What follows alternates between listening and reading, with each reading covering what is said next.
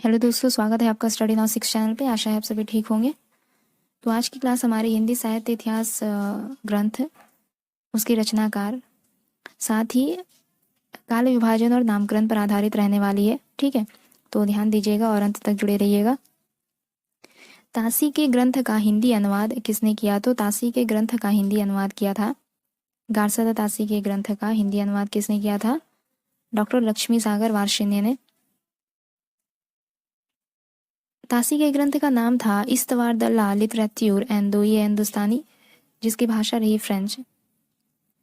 यह हिंदी साहित्य इतिहास लेखन के क्षेत्र में पहला साहित्य ऐतिहासिक ग्रंथ रहा था गारसादा तासी का इस्तवार द ला लिटरेच्यूर एंड दो ये हिंदुस्तानी। यह 2 भागों में प्रकाशित हुआ, जिसका प्रथम भाग का प्रकाशन 1839 ईस्वी में होता है तथा द्वितीय भाग का प्रकाशन 1847 ईस्वी में होता है। इस ग्रंथ में हिंदी और उर्दू के कवियों का अंग्रेजी वर्ण क्रमानुसार विवरण दिया गया है, जिस आधार पर इस ग्रंथ की आलोचना भी की जाती है। कोई काल क्रम का ध्यान नहीं रखा गया और अंग्रेजी के वर्ण क्रमानुसार विवरण दे दिया गया। इसमें कुल कवि की संख्या 738 है। 738 कवियों का वर्णन किया गया है, जिसमें हिंदी के केवल 72 कवियों के बारे में बताया गया है, बाकी शेष उर्दू के रचनाकार रहे। इस आधार पर भी इसकी आलोचना की जाती है। हिंदी और उर्दू के कवियों का अंग्रेजी वर्ण क्रमानुसार विवरण दिया तथा हिंदी के बहुत ही कम कवियों का वर्णन किया है अपने ग्रंथ में।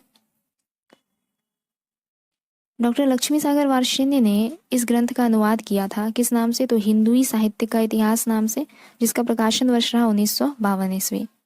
अगला प्रश्न देखेंगे, हिंदी साहित्य का आलोचनात्मक इतिहास ग्रंथ के रचयिता कौन रहते हैं? तो हिंदी साहित्य का आलोचनात्मक इतिहास ग्रंथ के रचयिता रहते हैं डॉक्टर राम कुमार वर्मा। हिंदी साहित्य का आलोचनात्मक इतिहास ग्रंथ का प्रकाशन वर्ष रहता है 1938 ईस्वी। इसके अलावा डॉक्टर वर्मा ने हिंदी साहित्य का आरंभ 693 ईस्वी से माना है।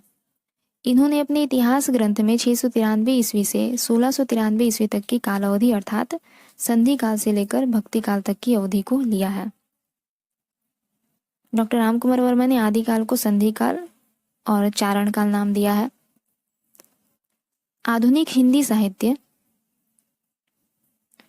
ऑप्शन में नंदलाल वाजपेयी जी थे, इसलिए इनके साहित्य ऐतिहासिक ग्रंथ है। आधुनिक हिंदी साहित्य और हिंदी साहित्य 20वीं शताब्दी। आधुनिक हिंदी साहित्य और हिंदी साहित्य 20वीं शताब्दी नंदलाल वाजपेयी के साहित्य ऐतिहासिक ग्रंथ। भाषा काव्य संग्रह महेश दत्त शुक्ल के साहित्य ऐतिहासिक ग्रंथ रहे। इसके अलावा हिंदी साहित्य का वैज्ञानिक इतिहास डॉक्टर गणपति चंद्रगुप्त द्वारा रचित ग्रंथ रहा। ठीक है, अगला प्रश्न है, मौलवी करीमुद्दीन द्वारा रचित ग्रंथ इनमें से कौन सा है? तो तज़किरा ई शुअराई हिंदी मौलवी करीमुद्दीन द्वारा रचित ग्रंथ रहा, जिसका प्रकाशन वर्ष रहता है 1848 ईस्वी। इसमें कवियों की संख्या रही, कुल कवियों की संख्या इसमें रही 1004, जिसमें हिंदी के केवल 62 कवियों का वर्णन किया गया है। परंतु एक बात इसकी खास रही कि इसमें कालक्रम का ध्यान रखा गया था, जबकि तासी के ग्रंथ में कालक्रम का कोई ध्यान नहीं रखा गया था। आचार्य हजारी प्रसाद द्विवेदी जी ऑप्शन में थे, तो इनके साहित्य ऐतिहासिक ग्रंथ का नाम रहा हिंदी साहित्य की भूमिका तथा हिंदी साहित्य का आदिकाल। महत्वपूर्ण है। इसके अलावा नलिन विलोचन शर्मा द्वारा रचित जो साहित्य ऐतिहासिक ग्रंथ रहा, उसका नाम है साहित्य का इतिहास दर्शन। साहित्य का इतिहास दर्शन नलिन विलोचन शर्मा द्वारा रचित ग्रंथ। अगला प्रश्न है, ए स्केच ऑफ हिंदी लिटरेचर नाम से हिंदी साहित्य का एक संक्षिप्त इतिहास ग्रंथ किसने लिखा? तो एडविन ग्रिप्स ने स्केच ऑफ हिंदी लिटरेचर नाम से हिंदी साहित्य का संक्षिप्त इतिहास ग्रंथ लिखा। FEK के ग्रंथ का नाम क्या रहा? तो a history of Hindi literature FEK द्वारा रचित ग्रंथ रहा, साहित्य ऐतिहासिक ग्रंथ रहा। इसके अलावा विश्वनाथ प्रसाद मिश्र द्वारा रचित ग्रंथ का नाम है हिंदी साहित्य का इतिहास तथा नंदलाल वाजपेयी द्वारा रचित ग्रंथ का नाम रहा हिंदी साहित्य 20वीं सदी। आगे बढ़ेंगे, इनमें से डॉक्टर श्याम सुंदर दास द्वारा रचित साहित्य ऐतिहासिक ग्रंथ का नाम बताइए। तो हिंदी कोविद रत्नमाला तथा हिंदी भाषा का विकास, ये दोनों ही ग्रंथ डॉक्टर श्याम सुंदर दास द्वारा रचित साहित्य ऐतिहासिक ग्रंथ रहा, तो इसका उत्तर हो जाएगा ख और ग दोनों। इसके अलावा राजस्थानी भाषा और साहित्य, इसके रचयिता रहते हैं मोतीलाल मिनारिया। अगला है जॉर्ज ग्रियर्सन द्वारा रचित the modern vernacular literature of Hindustan का हिंदी अनुवाद किसने किया था? तो डॉक्टर किशोरी लाल गुप्त ने the modern vernacular literature of Hindustan का हिंदी अनुवाद किया। किशोरी लाल गुप्त ने इस ग्रंथ का अनुवाद किया किस नाम से? तो हिंदी साहित्य का प्रथम इतिहास नाम से अनुवाद किया, जिसका प्रकाशन वर्ष रहा 1957 ईस्वी।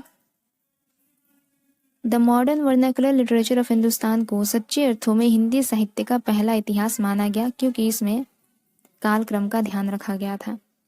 कवियों का विवरण कालक्रमानुसार दिया गया प्रथम बार। कुल कवियों की संख्या कितनी रही इसमें? तो 952 कवियों का इसमें वर्णन किया गया।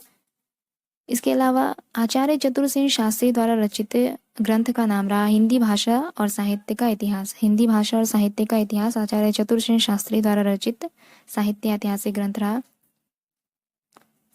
हिंदी भाषा का उद्भव और विकास के रचयिता रहते हैं उदय नारायण तिवारी।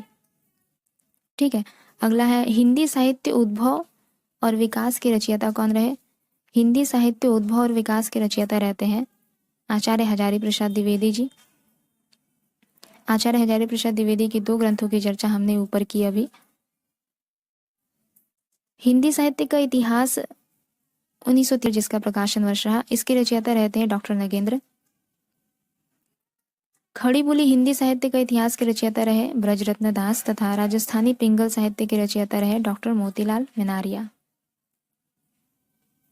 आगे है मिश्र बंधु विनोद में मिश्र बंधुओं ने कितने कवियों का विवरण दिया है? तो मिश्र बंधु विनोद में मिश्र बंधुओं ने लगभग 5000 कवियों का विवरण दिया है। अगर एग्जैक्ट पूछे तो 4591 कवियों का जीवन वृत्त इसमें प्रस्तुत किया गया है। ठीक है, मिश्र बंधु विनोद में। मिश्र बंधुओं में कौन कौन आते हैं? तो मिश्र बंधुओं में गणेश बिहारी मिश्र, श्याम बिहारी मिश्र तथा सुखदेव बिहारी मिश्र आते हैं। यह 4 भागों में प्रकाशित किया गया है, जिसका प्रथम 3 भाग का प्रकाशन 1913 ईस्वी तथा चतुर्थ भाग का प्रकाशन 1934 ईस्वी में किया जाता है।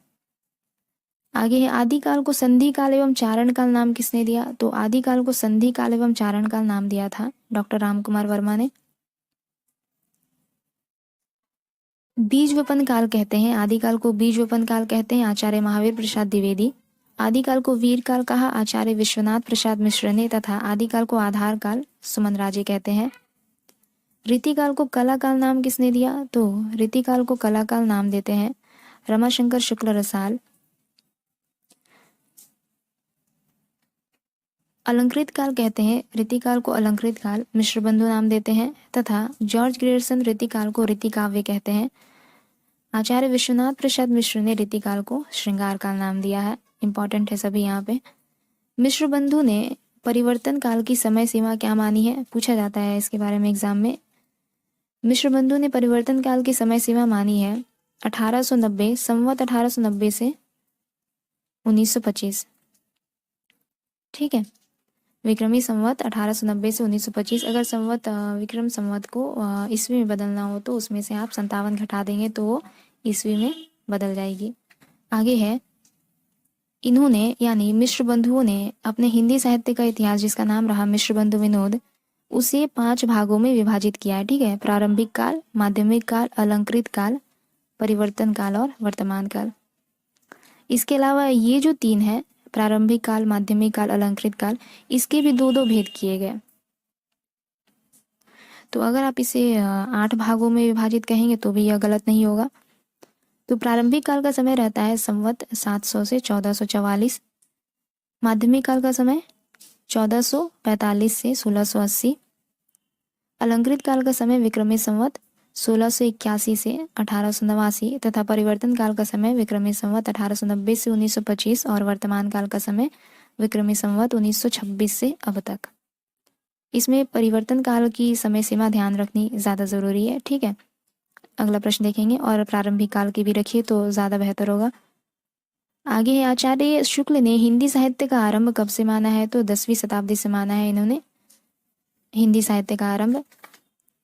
आगे देखेंगे साहित्य का इतिहास लिखने में सबसे बड़ी समस्या क्या रही? तो साहित्य का इतिहास लिखने में सबसे बड़ी समस्या रही काल विभाजन और नामकरण की। आचार्य शुक्ल के इतिहास में विवाद का विषय क्या रहा? तो आचार्य शुक्ल के इतिहास में विवाद का विषय रहता है आदिकाल को वीरगाथा काल नाम देना। यह आचार्य शुक्ल का इतिहास हिंदी साहित्य का इतिहास नाम रहा जिसका, उसमें विवाद का विषय है आदिकाल को वीरगाथा काल नाम देना। इसके अलावा आचार्य शुक्ल के इतिहास लेखन में जो उनका सबसे पहला कदम था वह था अपभ्रंश साहित्य को हिंदी से अलग करना। ठीक है, अपभ्रंश साहित्य को हिंदी से अलग करना। इसके अलावा साहित्य के इतिहास लेखन में सबसे बड़ी समस्या काल विभाजन और नामकरण को देखा जाता है। तो आज का ये हमारा अंतिम प्रश्न रहा। अगले क्लास में जल्दी मिलेंगे। तब तक के लिए अगर आप लोगों को हमारी क्लास अच्छी लगे तो लाइक, शेयर और सब्सक्राइब ज़रूर कीजिएगा। धन्यवाद।